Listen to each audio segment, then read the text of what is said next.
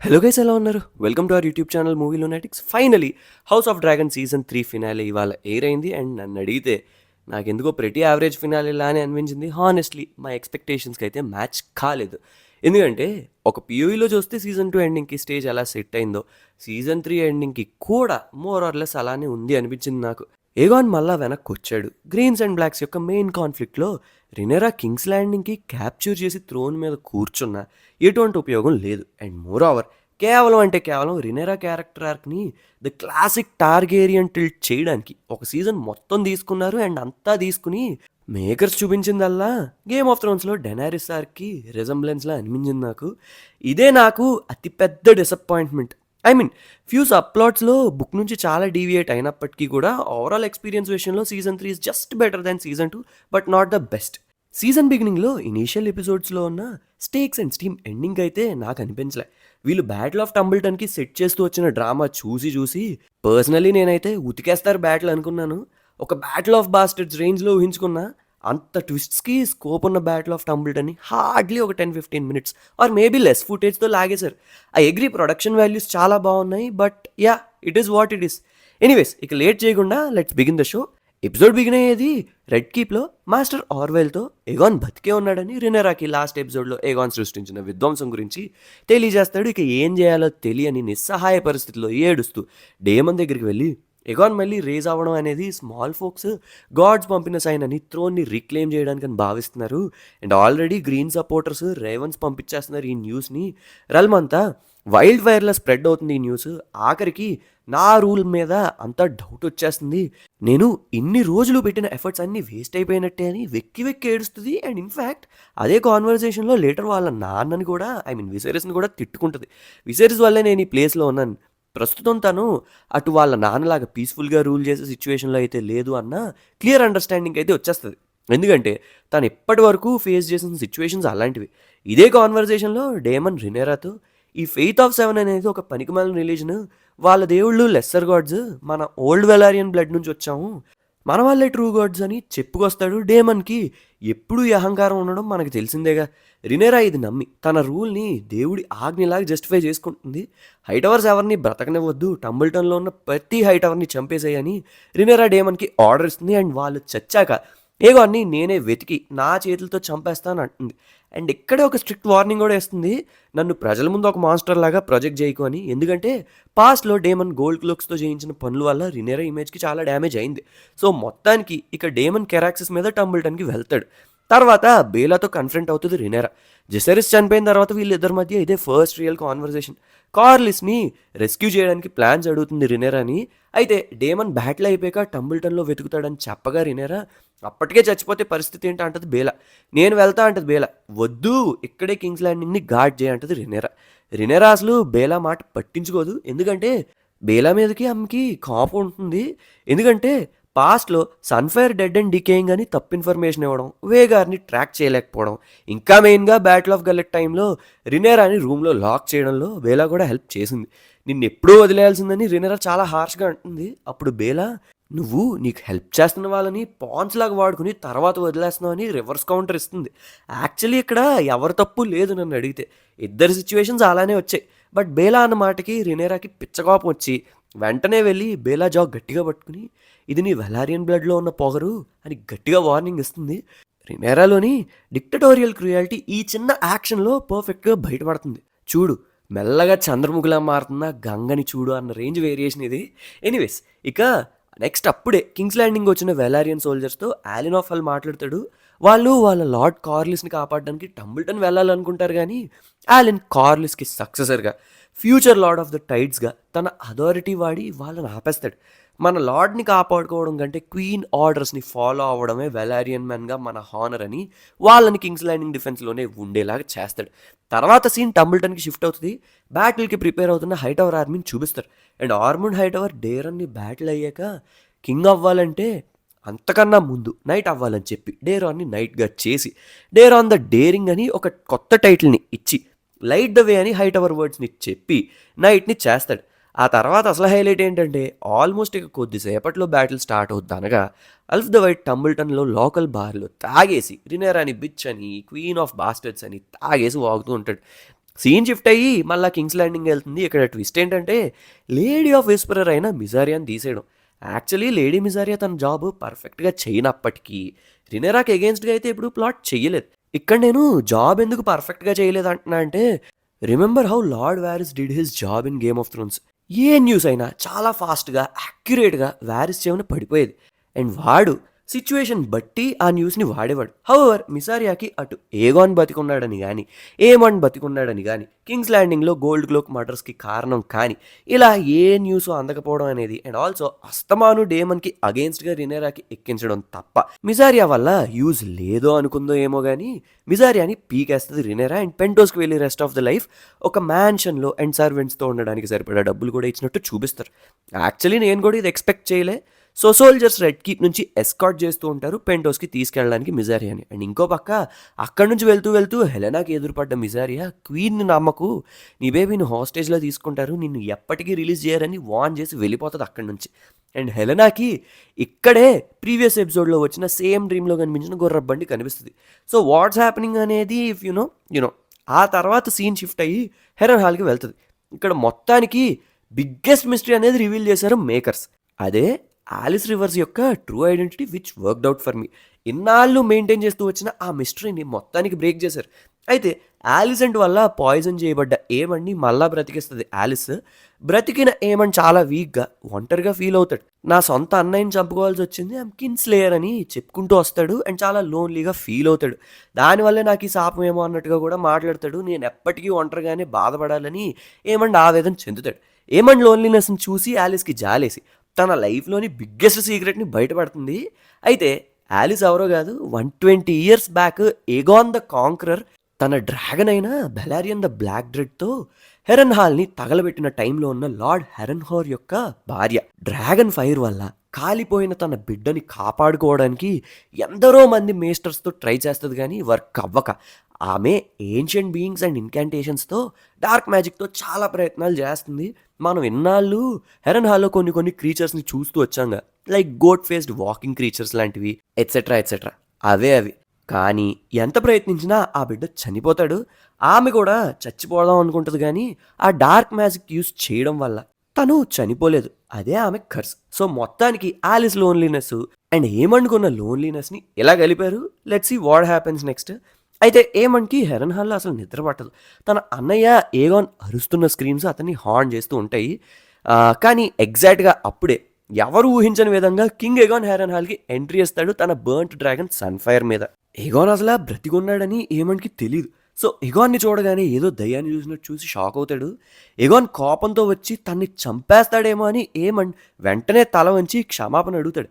అయితే యాక్చువల్లీ ఎగాన్కి ఇది కొంచెం సర్ప్రైజింగే. ఎందుకంటే గొడవ ఉంటుందని ఎక్స్పెక్ట్ చేసి వచ్చిన ఎగాన్కి సారీ చెప్పే ఏమన్ అండ్ క్షమాపణ అడిగిన ఏమన్ని చూడటం ఎంతగా అనిపించి, ఇప్పుడు ఏమన్ని చంపడం వల్ల యూజ్ లేదనిపించి ఒక ఇంటెలిజెంట్ మూవీ చేస్తాడు ఎగాన్. ఇంకా ఏమన్ గొడవ పడకుండా ఎగాన్ ఏమన్కి ప్రస్తుత పరిస్థితులు అన్నీ చెప్పుకుంటూ వస్తాడు.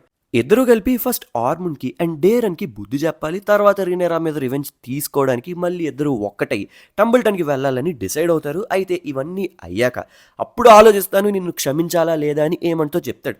అలా బ్రదర్స్ ఇద్దరు కలిసి ఇప్పుడు ఫైట్ చేయబోతున్నారు. ఇక కింగ్స్ ల్యాండింగ్లో కూడా హెలెనా ఏం తినట్లేదని తెలిసి రినేరా తన దగ్గరికి వెళ్తుంది. అగైన్ సేమ్ లాస్ట్ ఎపిసోడ్లో వీళ్ళిద్దరి మధ్య కాన్వర్జేషన్ జరిగిన థీమ్లోనే ఈ కాన్వర్జేషన్ కూడా జరుగుతుంది. రినేరాకి రియాలిటీ చెక్ ఇస్తూనే వస్తుంది Helena, this is not going to end well అని. అయితే రినేరా బలవంతంగా తినిపిస్తుంది సోల్జర్స్తో హెలెనాకి.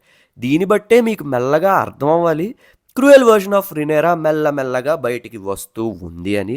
ఎగాన్ తిరిగి బతికున్నాడని మళ్ళీ థ్రోన్ని క్లెయిమ్ చేసుకోవడానికి తిరిగి వస్తాడు. అండ్ ఇది గాడ్ సిగ్నల్ అని నమ్ముతున్న స్మాల్ ఫోక్ మధ్య ఉన్న కేయోస్ని ఎలా అయినా హ్యాండిల్ చేయాలని ఫిక్స్ అయ్యి ఇక సెప్టన్తో క్వీన్గా ఎనాయిట్ అవ్వడమే సొల్యూషన్ అని ఫిక్స్ అయ్యి బలవంతంగా అయినా వాళ్ళ చేత క్వీన్గా ప్రకటింపబడాలని డెస్పరేట్గా వెళ్ళి ఎపిసోడ్ 3లో వచ్చిన హై సెప్టన్ని కలిసి అడుగుతుంది కానీ ఆయన యాజ్ యూజువల్గా రిజెక్ట్ చేస్తాడు. అతన్ని అక్కడే యాలన్ ఆఫ్ హాల్తో చంపించేస్తుంది. టార్గేరియన్ గాడ్స్ ఇంకా హయ్యర్ గాడ్స్ అని, వాళ్ళతో పోలిస్తే వీళ్ళు చాలా తక్కువ, మనకి నీలో కూడా వెలారియన్ బ్లడ్ ఉంది అని, you are only answerable to them అని యాలన్ ఆఫ్ హాల్తో చంపించేస్తుంది హై సెప్టన్ని. అండ్ అక్కడి నుంచి బయటకు వచ్చి స్మాల్ ఫోక్ని అడ్రస్ చేస్తూ ఒక పెద్ద స్పీచ్ ఇస్తుంది. స్పీచ్ స్టార్ట్ చేయగానే రినేరా ప్రజలకి గతం గుర్తు చేస్తుంది. మా తండ్రి కింగ్ విసేరిస్ అందరి నోబుల్ లార్డ్స్ ముందే నన్ను తన వారసురాలుగా ప్రకటించారు. వాళ్ళంతా నాకు తల వంచి ప్రమాణాలు చేశారని చెప్తుంది. ఇది ఎందుకంటే ఎగాన్ చనిపోయాడు అనుకుని మళ్ళీ బ్రతికి రావడంతో ప్రజల్లో పెద్ద కన్ఫ్యూజన్ స్టార్ట్ అయింది. అసలు ఎవరు ద ట్రూ రూలర్ అని. సో తన position most legal and official అని ఎస్టాబ్లిష్ చేయడానికి ఇది ఆమె ఫస్ట్ స్టెప్. ఇక్కడే రినేరా అసలు పెద్ద అస్త్రం తీస్తుంది. ఎప్పటి నుంచో టార్గేరియన్ రూలర్స్ మధ్య మాత్రమే సీక్రెట్గా ఉన్న song of ice and fire ప్రొఫెసీని పబ్లిక్గా ప్రజల ముందు బయట పెడుతుంది. టార్గేరియన్స్ మాత్రమే డూమ్ ఆఫ్ ఎలేరియా నుంచి ఎందుకు బ్రతికారు, ఎందుకంటే డేనిస్ ద డ్రీమర్కి ఆ డిస్ట్రక్షన్ ముందే తెలిసింది. అలాగే ఏగోన్ ద కాంకరర్ ఈ 7 కింగ్డమ్స్ని ఎందుకు కలిపాడు, ఎందుకంటే అతనికి ఒక విజన్ వచ్చింది. నార్త్లో బియాండ్ ద వాల్ నుంచి ప్రపంచాన్ని అంతం చేసే ఒక శక్తి వస్తుంది. ఆ చీకటి శక్తి నుంచి రియల్ని కాపాడాలంటే ఐరన్ థ్రోన్ మీద ఒక టార్గేరియన్ ఉండాలని చెప్తుంది. ఈ ప్రొఫెసీని చెప్పడం ద్వారా నేను క్వీన్ అవ్వడం అనేది జస్ట్ రాజకీయం కాదు, ఇది ఆర్డైన్ రూల్ అని ప్రజల్ని మ్యానిపులేట్ చేస్తుంది. ఆల్మోస్ట్ దేవుడు ఆజ్ఞ అన్నట్టు. హైటవర్స్ యొక్క హౌస్ మోటో ఏంటంటే వీ లైట్ ద వే. రినేరా ఈ స్పీచ్లో చాలా తెలివిగా ఆ సెంటెన్స్ని వాడుతుంది. హైటవర్స్ దగ్గర డ్రాగన్స్ లేవు, వాళ్ళ డార్క్నెస్ నుంచి ప్రపంచాన్ని కాపాడలేరు. సో ప్రపంచాన్ని కాపాడాలంటే నేనే దారి చూపించాలి, I must light the way అని అంటుంది. ఈ ఒక్క లైన్తో హైటవర్స్ని తక్కువ చేసి తనని తాను ఎక్కువ చేసుకుంటుంది. ఇక స్పీచ్ ఎండింగ్కి రినేరా పూర్తిగా ఒక మెసాయాలాగా ఫీల్ అయిపోతుంది. ఆమె తనంతాను రినేరా ద చూసన్ అని ప్రకటించుకుని గట్టిగా హై వాలరియన్ లాంగ్వేజ్లో I am the prince that was promised అని అరుస్తుంది. అయితే ఇక్కడికే ఆ ఎస్కాట్ చేస్తున్న సోల్జర్స్ని తప్పించుకుని మిజారియా కూడా క్రౌడ్లో నుంచి అబ్జర్వ్ చేస్తూ ఉంటుంది. అండ్ ఇంకొక డీటెయిల్ ఏంటంటే యూజువలీ ఇంత స్పీచ్లు పబ్లిక్లో జనాల ముందు ఎవరైనా ఇస్తుంటే usually crowd response either agree చేస్తూ ఆర్ డినై చేస్తూ బూ చేయడం లాంటివి చేస్తుంటారు. అయితే ఇక్కడ మాత్రం జనాలు జస్ట్ అలా చూస్తుంటారు తప్ప they will not respond, indicating the confusion between small folk. And ఇదే కాక రినేరా ఈ మొత్తం సీన్లో తన లీనియేజ్లో నెక్స్ట్ హెయిర్ అయిన జాఫ్రీకి వెళ్ళే దారిలో song of ice and fire ప్రొఫెసీ గురించి చెప్పుకొస్తుంది. అండ్ ఆల్సో తను స్పీచ్ ఇచ్చేప్పుడు అక్కడే ఉంటాడు జాఫ్రీ, జస్ట్ మేక్ షూర్ జనాలకి అర్థం అవ్వాలని Joffrey is the next heir అని. ఇంకో పక్క టంబుల్టన్లో ఆర్మండ్ హైటవర్ చాలా వర్స్ట్ ప్లాన్ వేస్తాడు. అదేంటంటే ఫ్రంట్ లైన్ డిఫెన్సెస్లో పిల్లల్ని ఉంచడం. ఇదేం స్ట్రాటజీయో నాకు అర్థం కాలే. అవతల పక్కన డేమన్ అండ్ వింటర్వుల్స్ ఎలాంటి వాళ్ళో తెలిసి కూడా పిల్లల్ని పెట్టడం నాకు సెన్స్ చేసినట్టు అనిపించలే. అయితే బిఫోర్ బ్యాటిల్ బిగిన్స్ గ్వెయిన్ హైటవర్ అండ్ డేరన్ ఒక లాస్ట్ ప్రయత్నంగా ఆర్మండ్కి తెలియకుండా కార్లిస్ని తీసుకుని వెళ్ళి డేమన్తో పీస్ టాక్స్ చేయడానికి ట్రై చేస్తారు. డైరెక్ట్గా డేమన్ దగ్గరికి గ్వెయిన్ హైటవర్ పీస్ టాక్స్ కోసం వస్తాడు. గ్వెయిన్ ఇచ్చే పెద్ద ఆఫర్ ఏంటంటే ఓల్డ్ టౌన్ తప్ప ఈ మొత్తం వెస్ట్రోస్ని రినేరా రూల్ చేయొచ్చు, యుద్ధం ఆపేద్దామని. అసలు ఇది హైటవర్ సైడ్ నుంచి చాలా పెద్ద సరెండర్ లాంటి ఆఫర్. ఎక్కడే మన సీ స్నేక్ కార్లిస్ వెల్లరియన్ తన పొలిటికల్ బ్రిలియన్స్ బయట పెడతాడు. గ్వెయిన్ ఆఫర్కి కార్లిస్ ఇంకో పెద్ద మాస్టర్ ప్లాన్ యాక్ట్ చేస్తాడు. కార్లిస్ డేమన్తో ఏం చెప్తాడంటే జస్ట్ ఈ ఒప్పందంతో ఆగకుండా ప్రిన్స్ డేరన్కి నీ కూతురు రేనాకి పెళ్లి చేసేద్దాం అని అంటాడు. ఈ మ్యారేజ్ అలియన్స్ వల్ల టార్గేరియన్స్ ఇంకా హైటవర్స్ మధ్య పగలు పూర్తిగా ఆగిపోతాయి. దీనివల్ల స్టామ్ ల్యాండ్స్, కాస్టర్లీలాక్ ఇంకా ఎగాన్ అండ్ ఏమండ్లని కూడా ఈజీగా కంట్రోల్లోకి తెచ్చుకోవచ్చని కార్లిస్ చాలా తెలివిగా ఎక్స్ప్లెయిన్ చేస్తాడు. అసలు యుద్ధమే లేకుండా కూర్చున్న చోట నుంచి విక్టరీ కొట్టే ఛాన్స్ ఇది. అయితే మన డేమన్ ఈగో గురించి తెలుసుగా. ఈ మ్యారేజ్ అలియన్స్లు ఇంకా పీస్ టాక్స్ విన్నాక డేమన్కి పిచ్చకోపం వస్తుంది. ఇది చాలా ట్రేటరస్ అండ్ క్రేవన్ డెసిషన్ అని అంటాడు. డేమన్ ఆర్గ్యుమెంట్ ఏంటంటే మన దగ్గర 6 డ్రాగన్లు ఉన్నాయి, రినేరాకి ఏం కావాలో అది ఫోర్స్తో తీసుకోగలదు, మనం ఎవరికో భయపడి అలయన్స్లు తీసుకోవాల్సిన సంబంధం లేదు అని తన స్ట్రెంగ్త్ మీద ఉన్న ఓవర్ కాన్ఫిడెన్స్ చూపిస్తాడు. అసలు క్వీన్ రినేరాకి ఈ పీస్ ఆఫర్ గురించి తెలియజేయకుండానే డేమన్ తన సొంత అథారిటీతో ఆ ట్రీటీని రిజెక్ట్ చేసేస్తాడు. ఒప్పందం రిజెక్ట్ అయ్యాక డేమన్ కార్లిస్ని మళ్ళీ ప్రిజనర్ లాగా తీసుకెళ్ళిపోతాడు. అప్పుడు కార్లిస్ చాలా డీప్గా డేమన్కి అర్థమయ్యేలాగా ఒక పెద్ద వార్నింగ్ ఇస్తాడు. కార్లిస్ ఏం చెప్తాడంటే డేమన్ ఇప్పుడు నీ ముందు 2 దారులు ఉన్నాయి, ఆ 2 దారులు ఒకటే డెస్టినేషన్కి వెళ్తాయి, రినేరా ఐరన్ థ్రోన్ మీద కూర్చుంటుంది, కానీ ఆ గమ్యాన్ని ఎలా చేరుకుంటాం అనేది ఇక్కడ పాయింట్. ఒక దారిలో చాలా ప్రశాంతత ఉంటుంది, ఇంకో దారిలో ఘోరమైన రక్తపాతం ఉంటుందని అంటాడు. కార్లిస్ ఉద్దేశం ఏంటంటే పీస్ టాక్స్తో ప్రశాంతంగా థ్రోన్ తీసుకోవచ్చు, కానీ డేమన్ డ్రాగన్స్తోనే వెళ్ళాలని డిసైడ్ అయ్యి లక్షల మంది చావుకి కారణం అవుతున్నాడని. ఈ డేమన్ ఒక పట్టాన్ని ఏది వెండు, అడవి మనిషి టైప్ మనోడు, మొండోడు, మెంటలోడు. సరేలే, అయితే మొత్తానికి ఇన్ని ఎపిసోడ్స్ హైపప్ చేస్తూ వచ్చిన బ్యాటిల్ ఆఫ్ టంబుల్టన్ మొదలవుతుంది. జనాల్ని చంపొద్దు అని రినేరా చెప్పిన మాటనే కన్వే చేస్తాడు డేమన్, బట్ అది కుదిరేలా కనిపించదు ప్రాక్టికల్గా. ఫస్ట్ వింటర్వుల్స్ అటాక్లోకి దిగుతారు. సై సినిమాలో భిక్షు యాదవ్ గ్యాంగ్ చేసేలాంటి ఒక చిన్న వార్ క్రై చేస్తారు అండ్ మొత్తానికి టంబుల్టన్ లోపలికి చేరుకుంటారు. ఇంకో పక్కన Oscar Tully and Alysanne Black Tumbleton south వాల్ని అటాక్ చేస్తారు అండ్ సెంటర్ గేట్ని యాజ్ యూజువల్గా డేమన్ తన క్యారాక్సిస్ మీద అల్ట్రా స్వాగర్ వాక్తో బర్న్ చేసి అటాక్ చేస్తాడు. యాక్చువల్లీ ఈ సీన్లో కెరాక్సిస్ వాక్ అనేది ఓరమాస్గా చూపించారు మేకర్స్.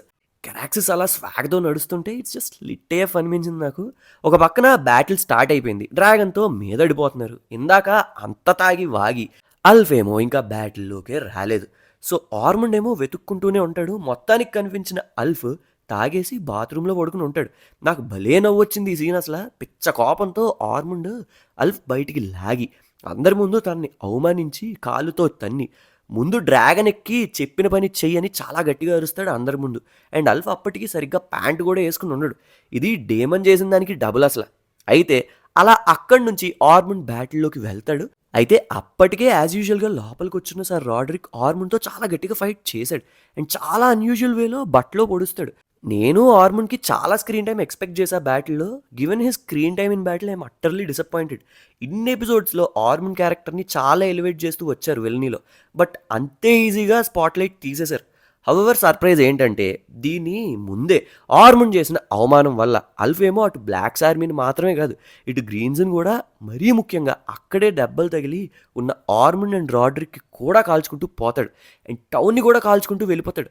అండ్ ఇంకో పక్క హ్యూ ద హ్యామర్ ఆర్క్లోకి వస్తే వెర్మితార్ మీద ఆర్మీ వెనకాల గార్డ్ చేయాల్సింది మానేసి టంబుల్టన్ లోపలికి వచ్చేస్తాడు అండ్ డేమన్ కాలంలో పడతాడు తన వైఫ్ని వెతుక్కుంటూ. అయితే అప్పటికే తన వైఫ్ అయిన క్యాట్ చనిపోయి ఉంటుంది. ఏమొచ్చిందో తెలియదు కానీ అతనికి బ్యాటిల్లోకి వెళ్ళి అటు లార్డ్షిప్ రాలే, మొన్నటిదాకా గొడవ పడిన వైఫ్ ఇప్పుడేమో ఆమె చనిపోయింది కూడా. So sad. అండ్ డేమన్ ఏమో చాలా బ్రూటల్గా బ్యాటిల్ చేస్తూ ఉంటాడు. సార్ రాక్స్టన్తో చాలా గట్టిగా ఫైట్లోకి దిగుతాడు అండ్ సర్వైవ్ అవుతాడు. కార్లిస్ వచ్చి అల్ఫ్ బిట్రేయల్ని అండ్ టౌన్ ఈస్ ఫాల్న్ అని అండ్ వీఆర్ లీవింగ్ అని డేమన్కి చెప్తాడు. ఇక బ్యాటిల్ ఎండ్ అయ్యేసరికి యాక్చువల్లీ బ్లాక్స్ విక్టరీలా కనిపించినప్పటికీ కూడా చాలా హెవీ డ్యామేజ్ అయితే జరిగిందని అర్థమైంది. ఆర్మండ్ హైటవర్ చనిపోయాడు, గ్వెయిన్ హైటవర్ సర్వైవ్ అయ్యాడు, డేరన్ ఏమయ్యాడో తెలీదు. అల్ఫ్ని వెంబడిస్తూ కెరాక్సిస్ మీద డేమన్ని చూపిస్తారు, వెనకాలే వర్మితార్ మీద హ్యూ హ్యామర్ వెళ్తుంటాడు. అలా బ్యాటిల్ ఆఫ్ టంబుల్టన్ని సింపుల్గా లేపేశారు మేకర్స్. అసలు ఈ బ్యాటిల్లో ఉన్నన్ని ట్విస్ట్స్ అండ్ టర్న్స్ నాకు తెలిసి హౌస్ ఆఫ్ ద డ్రాగన్ హిస్టరీలోనే ఎక్కడా లేదు. బట్ బడ్జెట్ ప్రాబ్లము ఏమో తెలియదు కానీ మినిమం ఒక ఫుల్ ఎపిసోడ్ లాగే స్కోప్ ఉన్న బ్యాటిల్ని హార్డ్లీ 10-15 మినిట్స్లో లేపేశారు. ఈ విషయంలో కూడా నేను ఫుల్గా డిసప్పాయింటెడ్ అసలు. కమింగ్ బ్యాక్ అయితే సీజన్ ఎండింగ్ ఎలా ఇచ్చారంటే జనాలకి స్పీచ్ ఇచ్చి రెడ్ కీప్కి తిరిగి వచ్చిన రినేరాకి పెద్ద షాకే తగులుతుంది. ఆల్రెడీ ముందొచ్చిన డ్రీమ్స్ అన్నిట్లో హెలెనా తన ఫ్యూచర్ని అండ్ చాలా డ్రీమ్స్ని చూసింది. అండ్ లాస్ట్ ఎపిసోడ్లో తను చూసిన every dream ends with her death. చాలా ప్రాబిలిటీస్ చూసింది అండ్ అన్నీ కూడా సమ్హౌ ఆర్ ద అదర్ వేలో ట్రాజిక్ ఎండింగ్కే లీడ్ చేస్తున్నాయి. అండ్ ప్రస్తుతం తనని ట్రీట్ చేస్తున్న విధానం కూడా చాలా హార్ష్గా ఉంది అండ్ ఒక బందీలో ఉంటుంది. ఇంకా అవన్నీ పట్టలేక రూమ్ విండో నుంచి ముళ్ళకొంపలోకి దూకి సూసైడ్ చేసుకుంటుంది. ద వెరీ నెక్స్ట్ షాట్లో హెరెన్ హాల్ నుంచి వస్తున్న ఆలిసెంట్కి బ్లూ బటర్ఫ్లైస్ ఎగురుతున్న షార్ట్స్. ఇక హెలెనా ఫ్రీ అప్ అయింది అన్న మెటఫర్లా అనిపించింది నాకు. రినరా హెలెనా రూమ్ లోపలికి వెళ్తుంది. హెలెనా చనిపోయిందన్న న్యూస్ తెలిసి అక్కడ చూస్తుంటే ఆమె కుట్టిన ఆఖరి ఎంబ్రాయిడరీ కనిపిస్తుంది. అసలు ఆ ఎంబ్రాయిడరీ చూసి రినేరాకి పిచ్చెక్కిపోద్ది. రినేరా ఐరన్ థ్రోన్ మీద కూర్చుని ఉంటుంది. ఆమె బాడీ అంతా బ్లడ్తో నిండిపోయి ఉంటుంది. ఇంకా ఆమె వెనక ఒక చనిపోయిన డ్రాగన్ ఉంటుంది. అయితే నేను ఇది రినేరా రాజ్యం కోసం ఎంత బ్లడ్ షెడ్ సృష్టించింది అన్నదానికి డైరెక్ట్ హింట్ అనుకుంటున్నా. ఈవెన్ మనం ముందు ఎపిసోడ్స్లో కూడా తనకి థ్రోన్ మీద కూర్చున్నప్పుడు కట్ అవ్వడం చూసాం. అలాగే టార్గేరియన్ హిస్టరీలో ఒక సూపర్ స్పెషన్ ఉంది. ఎవరైతే ఐరన్ థ్రోన్ మీద కట్ అవుతుందో వాళ్ళ ఆ థ్రోన్కి అర్హులు కాదు, అన్వర్ది టు రూల్. సో ఈ రక్తపాతం అండ్ సూపర్ స్టిషన్ ప్రకారం ఇదే డైరెక్ట్ హింట్ అనుకుంటున్నా. ఆల్సో డిజైన్లో ఉన్న ఆ డ్రాగన్ బట్టి చూస్తే డ్రాగన్స్ అంతరించిపోవడాన్ని కూడా ఈమె థ్రోన్ ఎక్కడం వల్ల అన్న పాయింట్ని ఫోర్ షాడో చేస్తున్నారు అనిపించింది. ఐ మీన్ డెడ్ డ్రాగన్ బట్టి చూస్తే. రినేరా ఆ ఎంబ్రాయిడరీని చూసిన తర్వాత వెనక్కి తిరిగి ఆ విండోని క్లోజ్ చేస్తుంది. ఇది జస్ట్ ఒక ఫిజికల్ యాక్షన్ కాదు. ఈ ఒక్క డోర్ క్లోజ్తో రినేరా తన ఎంపతిని, ప్రపంచంతో ఉన్న కనెక్షన్ని, ఇంకా రర్న్స్ డిలైట్ అన్న తన పాత రూపాన్ని పూర్తిగా మూసేసింది. ఆమె ఇప్పుడు రినేరా ద క్రూయల్గా పూర్తి పారనోయాతో రూల్ చేయడానికి రెడీ అయిపోయిందని షో రన్నర్స్ ఈ విజువల్తో సీజన్ని ముగించారు. నాకైతే ఫినాలే పెద్దగా వర్కౌట్ అయినట్టు అనిపించలే. రినేరా ఆర్క్ని క్రూయల్గా మార్చారు, ఏగోన్ ఆర్క్ని క్రౌడ్ ప్లీజింగ్గా చేశారు. ఎవరికి అప్పర్ హ్యాండ్ లేదు, ఎవరికి అడ్వాంటేజ్ లేదు. మళ్ళా నెక్స్ట్ సీజన్ రావడానికి 2028 వరకు వెయిట్ చెయ్యాలి. Only good thing is it's just better than season 2 అంతే. So yeah, these are my thoughts after watching season 2. మీకేమనిపించిందో మీ థాట్స్ అండ్ కమెంట్స్ని కింద కామెంట్ సెక్షన్లో కమెంట్ చేయండి. మళ్ళీ నెక్స్ట్ వీడియోలో కలుద్దాం HOTD సీజన్ 3 మీద నా థాట్స్ అండ్ నెక్స్ట్ సీజన్లో నా ఎక్స్పెక్టేషన్స్ గురించి. ఒక సెపరేట్ వీడియోలో మాట్లాడుకుందాము. మళ్ళీ నెక్స్ట్ వీడియోలో కలుద్దాం. అంతవరకు సెలవు. సైనింగ్ ఆఫ్ మీ మూవీ లూనాటిక్స్.